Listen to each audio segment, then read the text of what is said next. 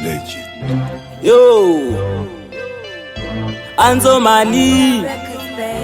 Yeah. Yo.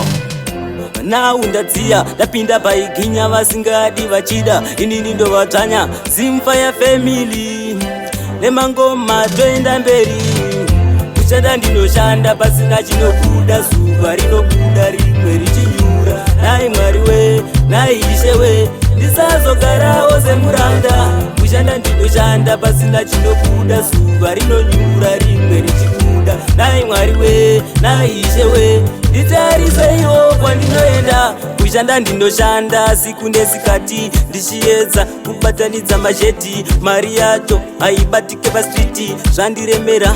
regai ndichingoti izvi tozvisira kuna mwari tomboendawo kutemberi tobatawo baibheri tozongoonawo kumberi kushanda ndinoshanda pasina chinobuda zuva rinobuda rimwe richinyura nai mwari we nai ishe we ndisazogarawo semuranda kushanda ndinoshanda pasina chinobuda zuva rinonyura rimwe richikuda nai mwari we nai ishe we nditariseiwo kwandinoenda kana uriwo upenyu hwacho hwakaoma ndamboedza kuudzawo veukama anoda kundibatsira wacho hapana ende inini chekuita hapana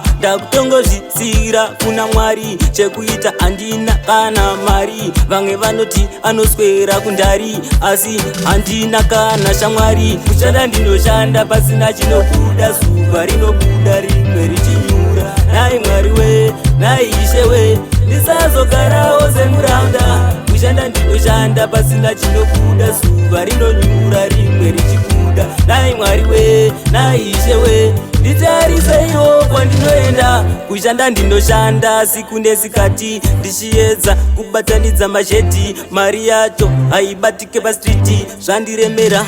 regai ndichingoti izvi tozvisira kuna mwari tomboendawo kutemberi tobatawo baibheri tozongoonawo kumberi kushanda ndinoshanda pasina chinobuda zuva rinobuda rimwe richinyura nai mwari we nai ishe we ndisazogarawo semuranda kushanda ndinoshanda pasina chinobuda zuva rinonyura rimwe richikuda nai mwari we nai ishe we nditariseiwo kwandinoenda kushanda ndinoshanda pasina chinobuda zuva rinobuda rimwe richinyura nai mwari we nai ishe we ndisazogarawo semuranda kushanda ndinoshanda pasina chinobuda zuva rinonyura rimwe richikuda nai mwari we nai ishe